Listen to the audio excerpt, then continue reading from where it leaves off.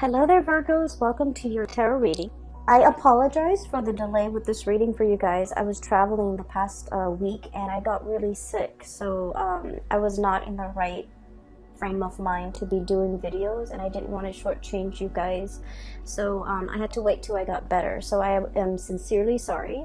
Either way, I hope this video still resonates with you, that it is still relevant in offering you advice. So when I was shuffling out the spread, I saw two images for you. So first of all, the first image that I saw was, I see this cliff. It's midnight. The moon is out, and the moon is this a giant round full moon in the distance. Okay, it's so big, it's hovering over the horizon, but it's humongous. And on this cliff is a wolf. Okay, and he has like white fur, and he's howling to this full moon. Okay, so that's the first thing. The second image that I saw was at a train platform. There are two tracks. In the middle is like a conductor's booth or a ticket booth where people come and get their train tickets. And on either side are two train tracks. One is for outbound trains, one is for incoming trains. Okay, and so there's a train already stationed at the outbound area. So this is for like departure. And there are passengers on the train holding and waving their handkerchief. And there are people on the platform kind of like saying their tearful goodbyes to the passengers on the train. And then the train takes off. And immediately, like clockwork, there's another train that's incoming, that's arriving. And so I'm seeing a series of train departing, and then like clockwork, another train arrives. And the image, you know, just remain that way. One train leaves and another train arrives.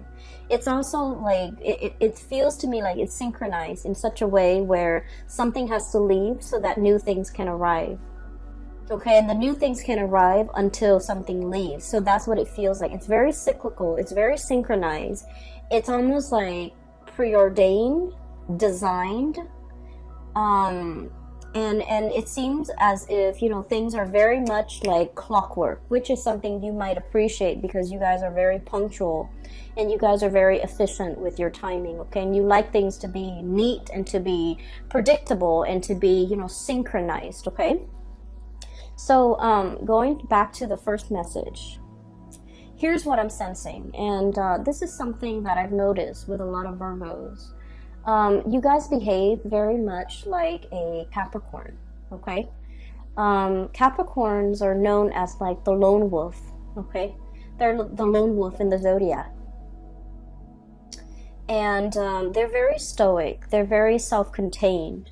And when they make decisions, they don't really, you know, crowdsource, okay? They're not going to ask their mom, their aunt, their uncles, whether or not they're making a decision. So the way in which they go about life, they're just very much self-contained, self-reliant and resourceful, and, you know, they make decisions without a lot of fanfare, without letting people know what they're up to. So in a way, people think they're secretive or stoic, but I feel like that's just the way that the Capricorn operate. And I also feel like for you guys, you go about your life, you make decisions, and you're very conscientious about the decisions that you make, because Virgos are deeply responsible. You're very responsible to yourself and to other people, in that you don't want to hurt other people. You don't want to do things, malicious things, to dig at people, to take cheap shots at people, to hurt other people. Like, you guys are not for that.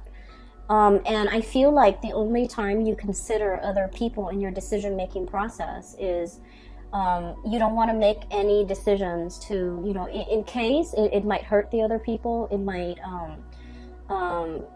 I guess, inconvenience them in some way. So that's the only time where you're conscientious, and that's the only time when you kind of crowdsource and you ask somebody, is this okay for me to do this? Okay. But overall, when you make decisions, you're very stoic and you go about it your own way, and it's done without a lot of fanfare. It's done without a lot of like without having to kick up a dust storm around it. Okay. And so in a way, that lone wolf prediction, or the depiction, actually not prediction, the depiction is a lot about you. It's a lot about you listening to that inner calling, okay? Howling to the moon, staying true, especially to that inner voice in your head. And I also feel like, you know, being accountable for yourself, your actions, the things that you do, and going about things, bearing the burden of responsibilities on your own, not losing your footing, being able to, you know, exist and climb on this pedestal, on this cliff on your own, and not needing other people, right?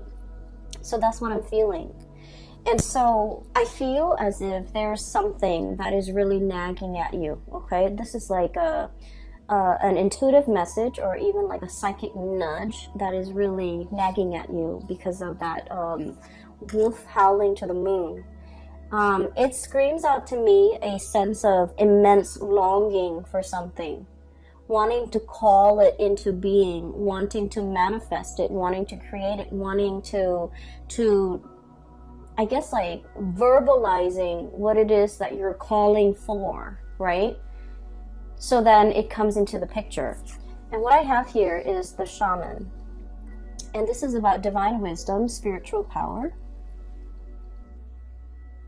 This is looking at things from a bird's eye view with a higher vantage point, so that you can see how all the parts fit together to form a whole.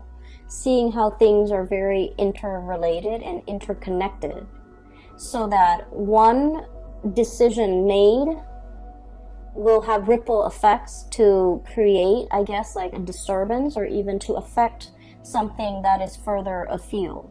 And so I feel like you come into this holistic understanding about actions and consequences, about how every decision is not made in a vacuum. Something that we do, you know, a few years ago in this part of the world could have long-reaching consequences in another part of the world in the present time.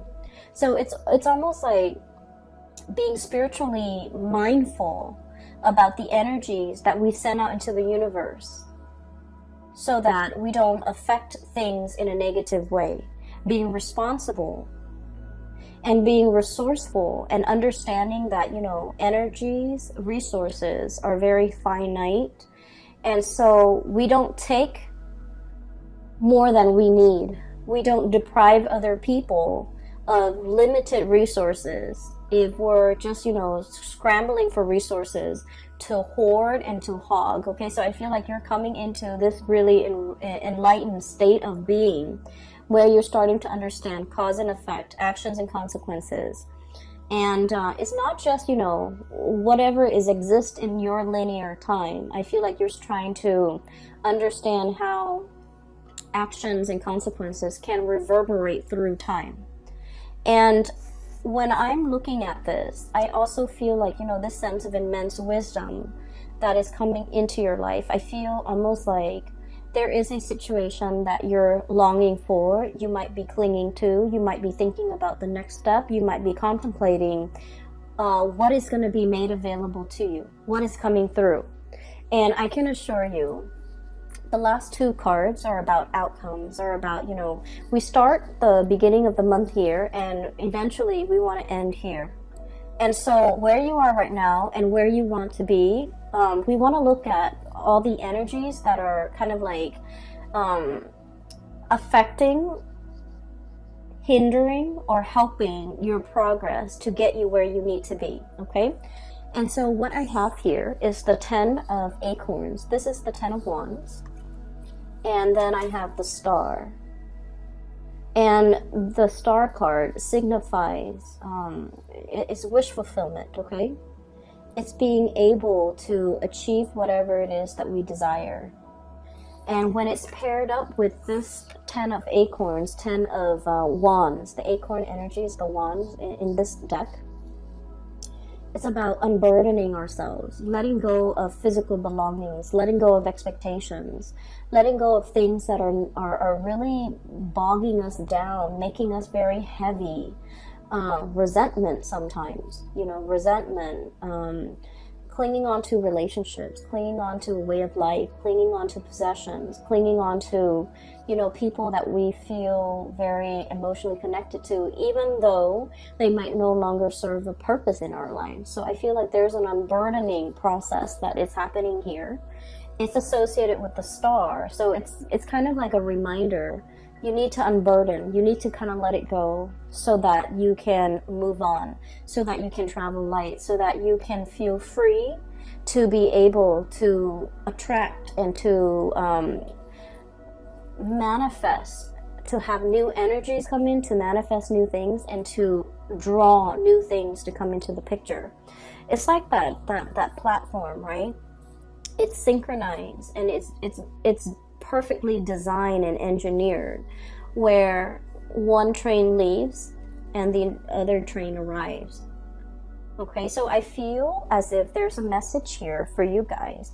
Is there something that you're holding on to very dearly and very tightly, and in the process of not allowing yourself to release it, it's preventing things from coming in for you? Okay, so I want you to sit with that just for a moment. I'm drawn to that image where I mentioned, you know, with the train departing. There are people on the platform, they're saying goodbye to the people that they love. They're saying goodbye, okay? Somebody, the passengers on that train, they're heading towards their new life. They're heading towards like a new way of living. They're heading far away, and the people on the platform are like unable to let go because of that emotional connection. They're unable to you know, like let that go, and the train is the catalyst for severing that connection, but also allowing something to take place, allowing something to move forward and progress so that new things can come in. So I feel like, Virgos, is there something in your life that is an emotional attachment of yours and it's no longer serving you in this present moment? And for many of you, we have here the Two of Cups. This is a potential relationship, okay? A partnership even. And this is a really, it's like a very exalted connection, because with the Cups energy, it's spiritual and emotional in nature. It's mutual support, it's love, and it's friendship built on mutual respect. And what I feel is happening here is, for many of you, you started out as the lone wolf, right? And life can feel very, very lonely, right? You're naturally, you know, you guys are a very shy sign. Like, typically, you don't want to be the center of attention. You're not like the wisecracking, you know, the busybody, the one that needs to be in the limelight. That's not you. And I feel like, you know, you go through your life as this lone wolf, and you've transformed. You've met like a group of people that you are really emotionally tied to. It could be a work environment. It could be someone who's very dependent on you.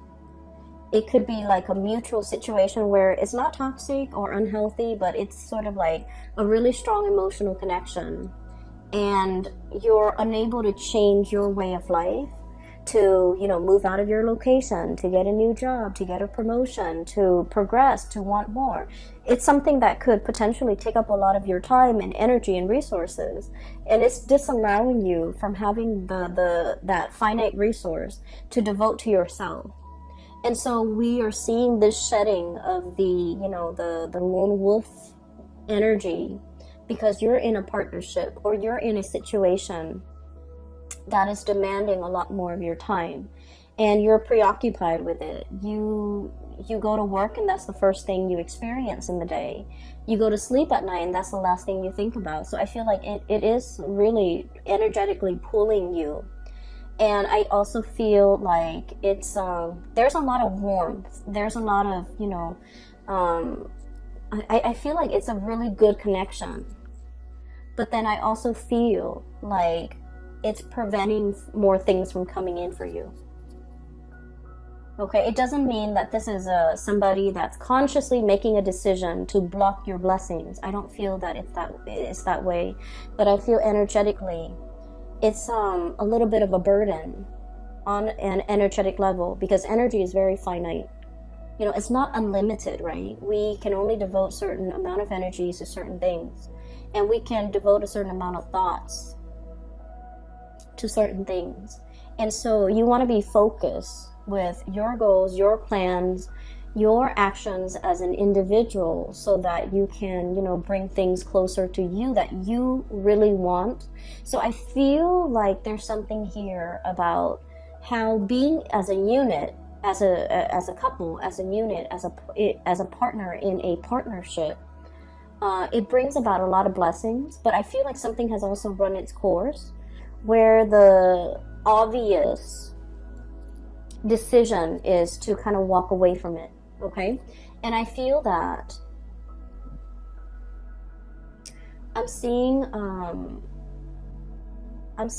a like a female wolf. Okay, she might be pregnant, and or she might have given birth, because I'm seeing like the young ones in a cave. Okay, in the crevice of a tree in a cave, and then she's outside scouting and looking for food.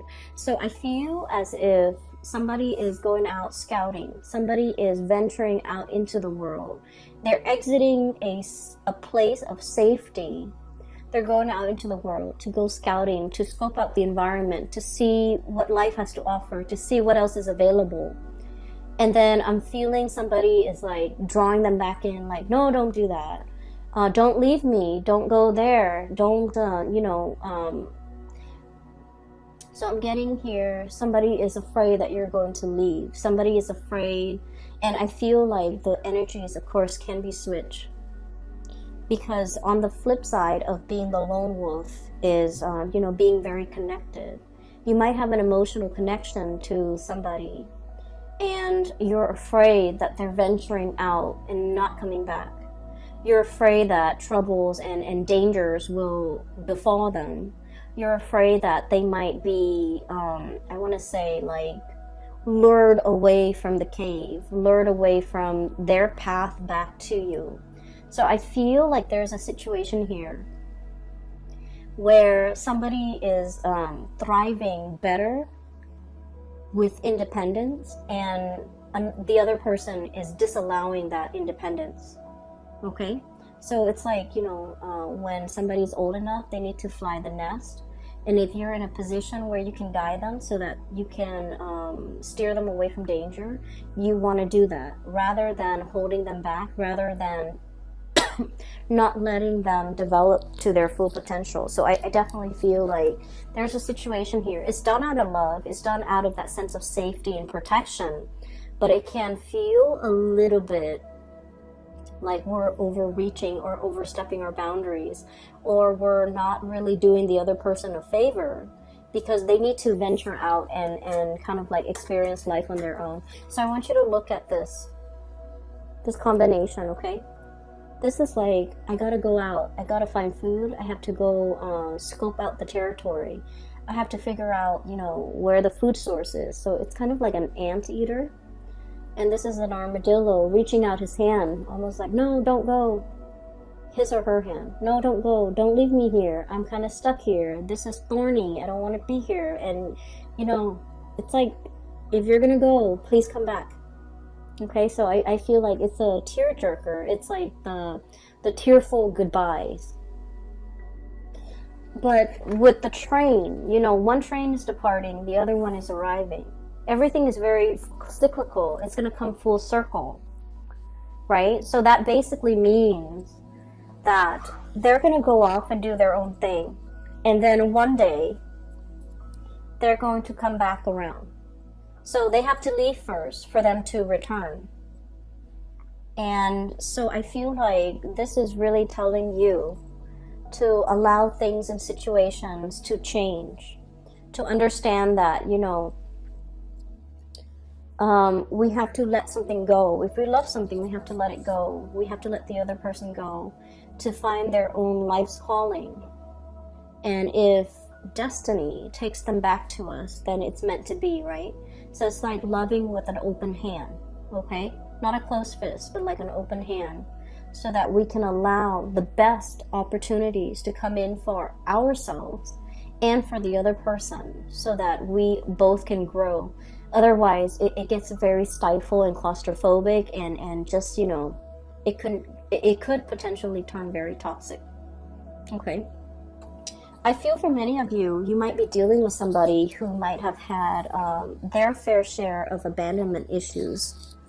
Okay, so like, I feel that you have pretty much been like an anchor in their life. You're like the pillar of stability. You're the anchor. You're the person that they have always depended on. And when you say you're going to go, I'm going to be gone, you tell them exactly, I'm going to be gone half an hour, I'll come back. And sure enough, half an hour later, you always come back. So you're kind of like that pillar of strength and stability in their life. You're the one thing that is very predictable in their life. And I also feel like for some of you, it's like clockwork. They're so used to having you around, and I feel like they might have taken it for granted. They might have not seen the value in you properly. They might have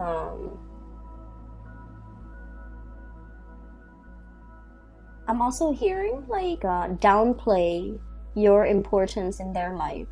Everything that they've achieved in life, I feel like, you know, they might have credited themselves rather than credited you. Okay, and so what I sense is, if you're exiting the picture, now they're just like coming to this realization, this awareness that, don't go, I can't do this on my own. I can't be here on my own. And I feel that you've grown bigger, too big for the cave, too big for that little crevice in the tree where the two of you have been holding up, or where they have been holding up. They're trying to get you back in. And it's like, no, I don't live in a tree. You know, I'm made to live in a mansion. I'm made to live in a place that is warm, that is lit. I can't live in a dark, dank environment and thrive. And so, you know, I feel like for many of you, turning your back on a toxic person, turning your back on a person who has abandonment issues and who is taking it out on you, as well as, you know, throwing temper tantrums in order to get their way as well, okay? And that's for a very small minority of you, because I do feel like there is a connection here that is very exalted. Two people are better off like working together, but for whatever reason, I feel like you have outgrown this connection and you're well prepared. Knight of Swords. You're well prepared to take what you have learned and apply it into your world, charting your own path and creating your own vision. And you might have no need for this connection anymore. And not to sound like somebody who is, you know, a user or anything like that, but I just feel like, you know, that's the way things are meant to play out in this connection. Another thing, so this is pretty much another thing that I was getting messages on is this.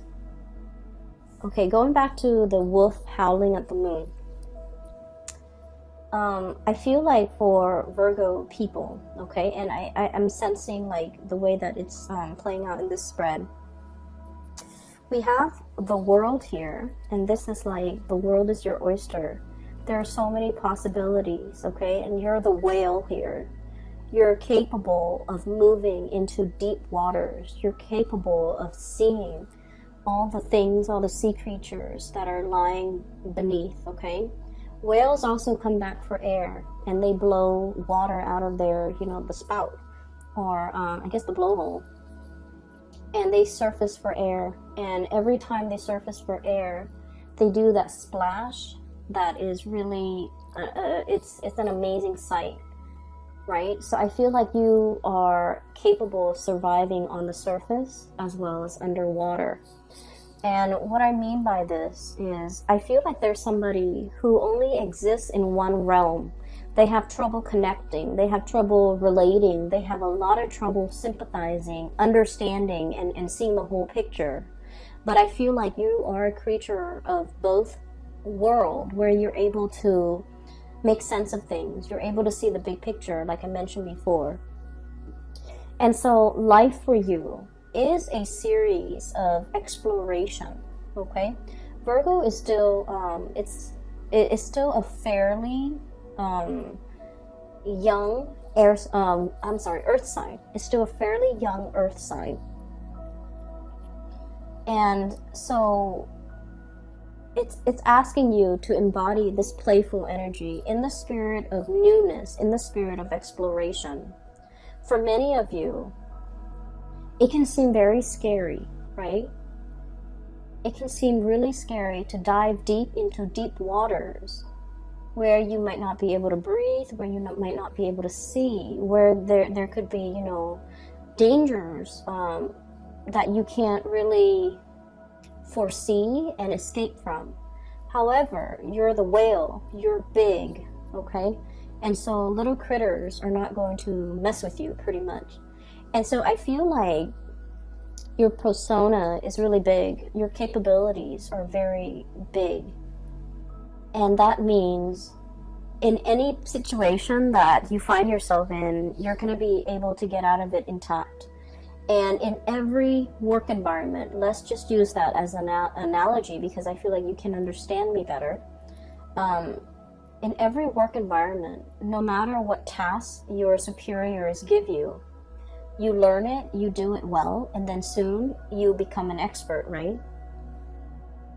And so you might have gone in, you know, at the very beginning, feeling very afraid, apprehensive. Am I good enough? Am I able to do it justice, do the work justice? Am I going to let them down? Am I capable of doing this? Am I smart enough? So you have all of these self-doubts, you know, raging in your head. And then pretty soon you become a master at whatever task they entrust you with. So the same thing applies here, where it's like, yes, you're charting unknown territory, but look at your track record in the past. Have you ever let anyone down? Have you ever not been able to do something? Have you ever had to throw in the towel? Have you ever had to, you know, accept that failure is an option? I don't feel like that's the case. And so knowing that about yourself and knowing that about your history, I feel like there's a situation here where you're going to have to dive really deep. You're going to have to go through a process of exploration to figure out what is a good fit, to figure out what you need to master, to figure out as well where you belong. And so where I'm going with this is, you know, life is a series of departures and arrivals, right? We master something and then we move on. That is the lone wolf mentality, okay? It's not about staying in one place so that trackers can find you, fur traders can be able to track your footprints or paw prints, and to be able to hunt you for fur, okay? So we have to adapt a little bit more of a nomadic lifestyle. It's not about being on the run or constantly running from something or moving from something. But it's about, you know, shifting from one location to the next, being a little bit versatile and understanding, especially once I have delved deep and once I have mastered something, it's time for me to move on to the next thing. Some of you, and I felt this, you know, especially last year, 2016, and then also 2019, I guess, last year, 2016, especially, and then 2019. Many of you, you have a big persona, okay? And this is not about arrogance. This is like, it's like an oversized brain. You manage to cram in a lot of things. You manage to learn a lot of things really, really fast. And you have become very, like, mentally very agile and very versatile.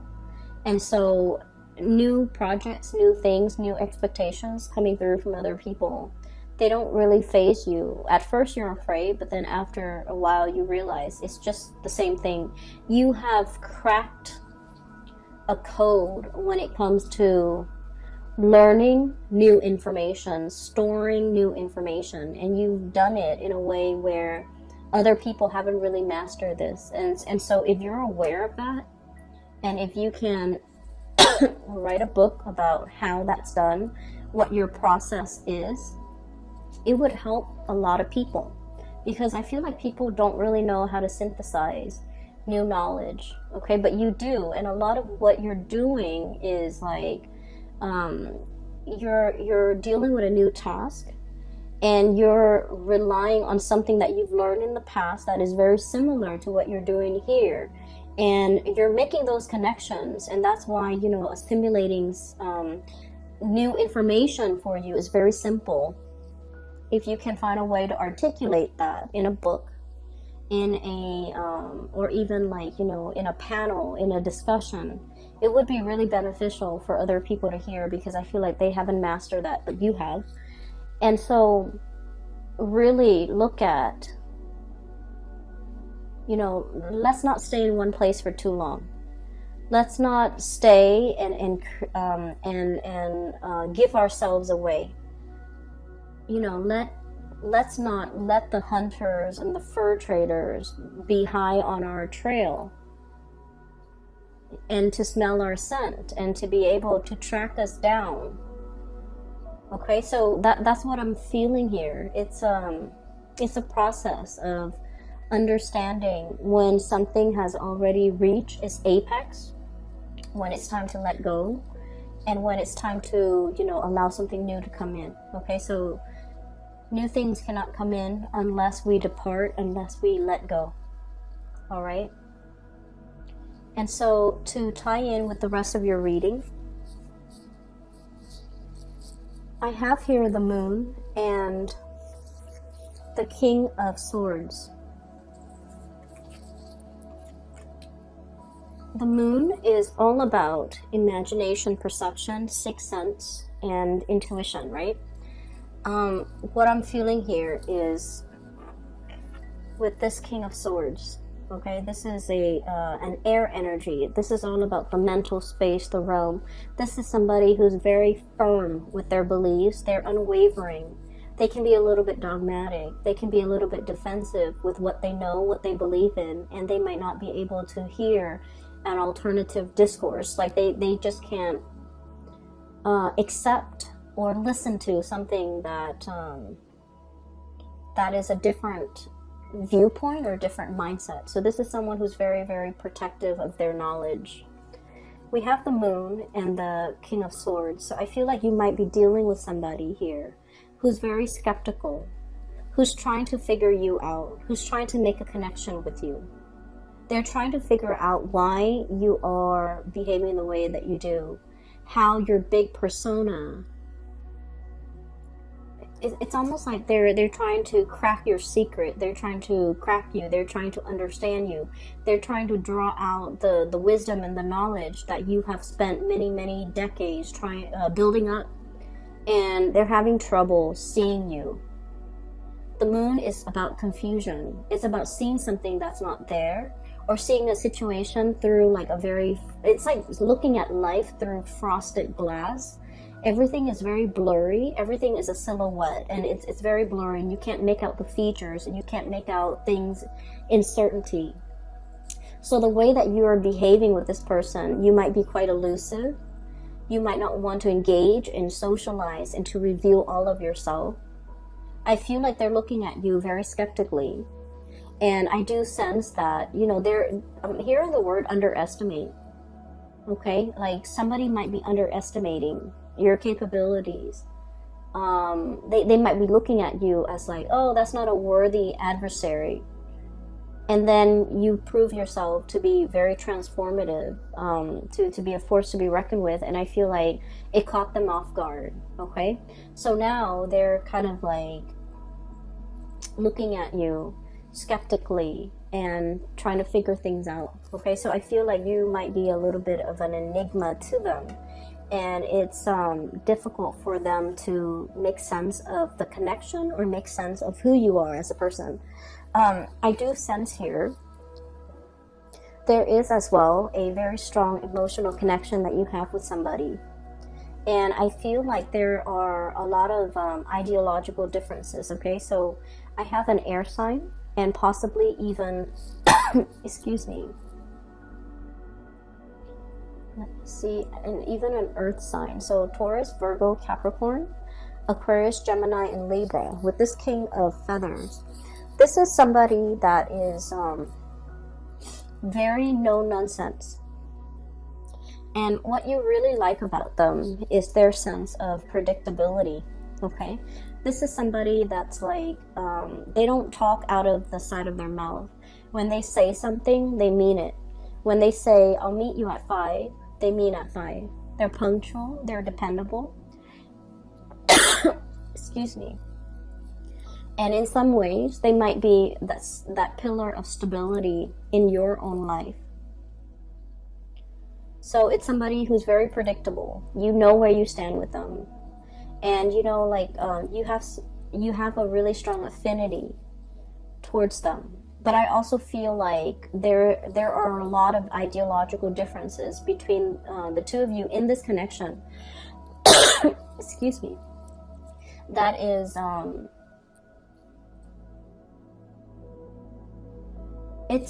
it's kind of, you question each other. Not in a bad way, but in there's a lot of talking, there's a lot of conversation I'm hearing. And I feel like they might be very individualistic. And it's hard to be in a relationship with them. I'm so sorry, I have a coughing fit. It's hard to be in a relationship with them because the way you do things and the way they do things would be very different. However, the saving grace is that you both are willing to talk things out. Like, I do this because of this, and they're like, okay, well, I do it because of this. Let's agree to disagree. So there's definitely lack of agreement, but it's handled in a way that is respectful, okay? And so you're kind of like trying to understand another person from the inside out. They're trying to understand you from the inside out. You both are very successful in your own way. I feel like, you know, they rule the air. Okay, they rule the air. And it's like the king of the king of the skies. The air energy deals with mental processes. This is someone who's incredibly gifted with perception, intelligence. They're really, really, really smart. They're very, very smart. But I feel like their intuition, they don't trust their intuition because they're so rational. And then on the other hand, you rule kind of like the underwater, the undercurrents. So you're kind of like a blend of the earth and the water, where you're highly intuitive. You listen to your intuition. You might not be able to rationalize why you believe the things that you do, only except that you feel right when you believe what you believe. And you might not be able to articulate that to this person. And as a result of it, they have trouble understanding you. And so you're dealing with somebody, and the connection is going to be really strong. I do see a lot of communication. Even if there has been a pause in communication, it's going to be coming back together because we have the star, which is, coming through with the King of Swords. It's coming back together. Communication, revival, renewal as well, and a healing in this connection, in this relationship. Okay? So things are looking very good for the month of January. I feel like you have a lot of things personally that you're dealing with. You're going to be quite busy. This is kind of like on the periphery of your life. But I would urge you to take the time to truly explain yourself, because they're looking at you skeptically and they're trying to understand. And it's like they have nothing to work with. And so if you have knowledge, if you have tidbits of information, you don't know how to articulate it, but I feel like it needs to be expressed, okay, so that somebody has something to work with here. Okay, I'm going to leave it at that. Virgos, I do wish you the best, and Happy New Year, by the way. I will be back for next month's reading, hopefully very, very soon, so that the readings are not late. If you are looking for a reader, if you're looking to book a private reading, I highly recommend that you book one with this lady. I have her link in the description box below. Her name is Bridget. She's based out of California, and she is a phenomenal reader. I highly recommend her. You can click on the link below, which will take you to her website, and her website contains the scheduling tool, the calendar, the time zone that you're in. It's very user-friendly. So that's that, and I'll talk to you guys soon, okay? Take care of yourself. Have a wonderful 2020.